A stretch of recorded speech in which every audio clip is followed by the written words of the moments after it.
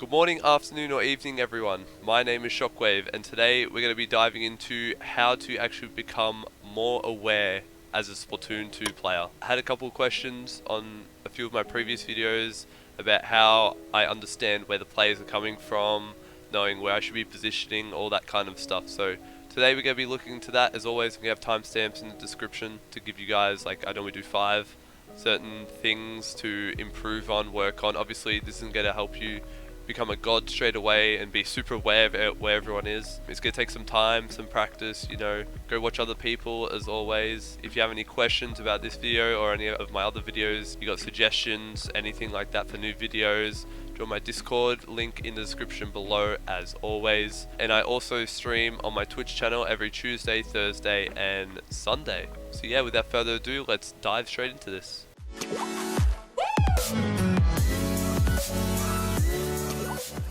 Alright, so the first one is going to be a pretty obvious one to become more aware as a Splatoon 2 player, is using your map. This can come in the form of when you hit a player on the opposition team, it'll show up on the map. You can use this to also tell where your opponents are coming from. Obviously it'll show you where the opponents are painting, what kind of side. Like at the start of the match you might have the map open every couple of seconds just to be able to understand who's coming from where, and then eventually when you get better with this you can understand what weapon is going what direction. So like whatever trail ink they're coming out with, so a charge will just probably tap shot, there'll be straight lines of ink coming out, but you get what I mean. You'll get a better understanding and you'll be able to tell what kind of weapons are going in which direction, and you'll be able to come more aware in the first 10 to 15 seconds of the match. So yeah, these are obviously 2 things you can do while you're looking at the map. Also you can check your opponent's gear abilities, if they have stealth jump, ninja squid, something like that. Make you more aware of what kind of opponents you're facing. If you're facing very fast paced opponents where they run ninja squid, they super jump in straight away once they die, kind of stuff like that. So making sure you're using every tool on the map as possible. But yeah, that's basically everything you can do by looking at the map, becoming more aware with that. Alright, my next point is going to be looking at your teammates, knowing where they are, how many people are alive. Looking at, obviously on the screen, you got the little name above them, seeing how far away they are, if they're like pushing way up into your spawn. If you don't see anyone in front of you, probably not the best idea to be pushing up. This kind of ties into pairing up with your opponents. So if you obviously see someone on one side of the map, you're going to go pair up with them. Being more aware of where your teammates are is going to help you understand where the opponents are going from. Because if you have 3 stacked up on one side, the opponents will likely come to that side, especially when you're playing solo queue. But if you're actually playing top level scrims, whatnot, they'll actually go the opposite way. So depending on what kind of situation you are, if you're just playing ranked, normal ranked, the team trying to push in will always just feed to wherever the other players are because they just want to get kills. But when you're pushing back in, make sure you're with your teammates when you're pushing back in, unless you're trying to make a flank or whatnot. Understanding when your teammates are pushing in, when they're backing up, etc, etc. So again, this can be a bit hard in solo queue, but when you're doing like high level scrims, practicing with your team, obviously you have VC or some type of communication going on, so it should be much easier to deal with that. But yeah, again, just to reiterate what I said, looking out for your teammates during the match, understanding where they're positioning, maybe some common trends about where they like to push, if they like to push from one certain direction rather than the other. And again, if they're all cluttered, all your teammates are cluttered in one spot, maybe disperse a little bit, like maybe go head in a different direction but not completely different, because then you'll be by yourself. So always keeping that stuff in mind, knowing where your teammates are when you're pushing in, when you're holding the objective or you're trying to push forward. Alright, my third point is going to be looking at the top menu. Now this top menu, when you're playing the game, obviously you see who's alive, what weapons they're playing and stuff.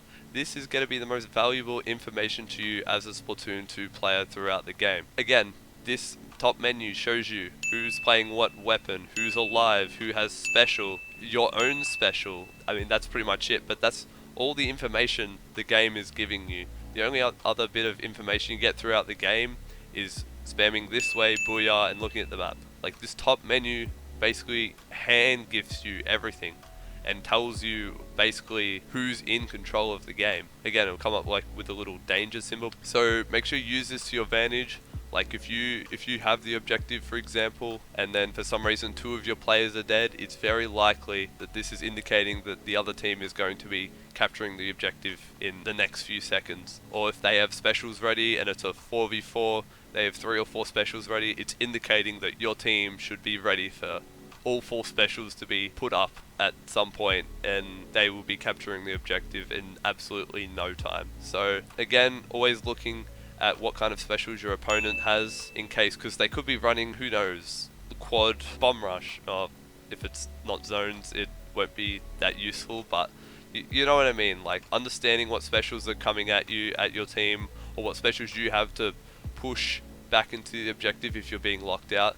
Things like this, just being aware of who's alive and who's dead on your team and the other team. Again, making sure you're looking at the top bar, who's alive, who has their special when you have your special, and what weapons are being played on the opposition team. Alright, number 4 is going to be understanding common paths from certain weapons. Some examples of this would be a charger sitting on snipe or bunker, something like that. That's just an obvious example.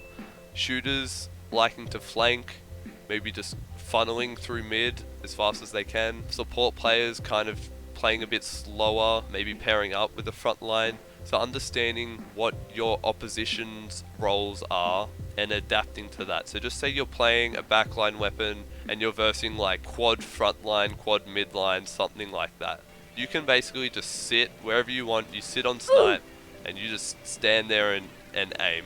You don't need to get super aggressive, they'll feed into you. So understanding what your weapon's strengths are against the opposition's weapons. Again, I kind of got a bit off topic there, but understanding common paths that people might push in from, applying your specials there, moving over to that direction straight away, because sometimes you might have 3 or 4 players cluttered on one side of the map, and the other team might be flanking from the other side of the map. You want to be able to rotate, understand if that actually happens and then you get wiped, and you realize next time I have the objective, they're going to come from that way, most likely again, because it worked really well. Make sure you set up for that push. And again, understanding if someone is constantly flanking, just say they have a splatter shot or a sploosh or something and they like to flank 24/7, make sure you're always keeping an eye on those flanks. Understanding where backliners might set up all the time, try and bomb that area, use specials in that area, etc, etc. So it's all about countering what the opposition wants to do, what their common trends are, common paths. So yeah, that's pretty much that one. And for the 5th and final point, this is kind of similar to my 4th point, but understanding each map's differences. Now by this, obviously, you got 4 modes on each of the maps when you're playing ranked, and they all have their little differences. Some maps allow you to get to certain areas that some modes you can't get into.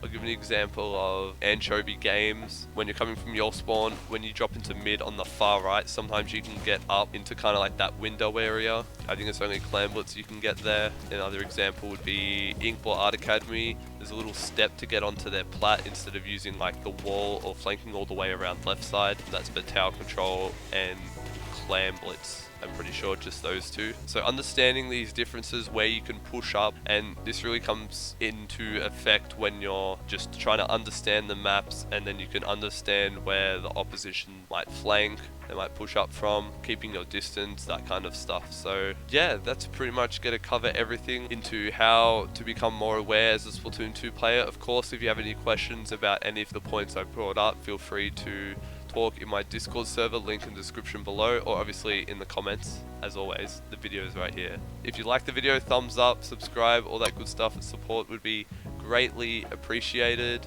I also stream every Tuesday, Thursday, and Sunday. So that's going to be it for me. I hope you guys have a good morning, afternoon, evening. I hope you enjoyed the video, and yeah, I'll catch you in the next video.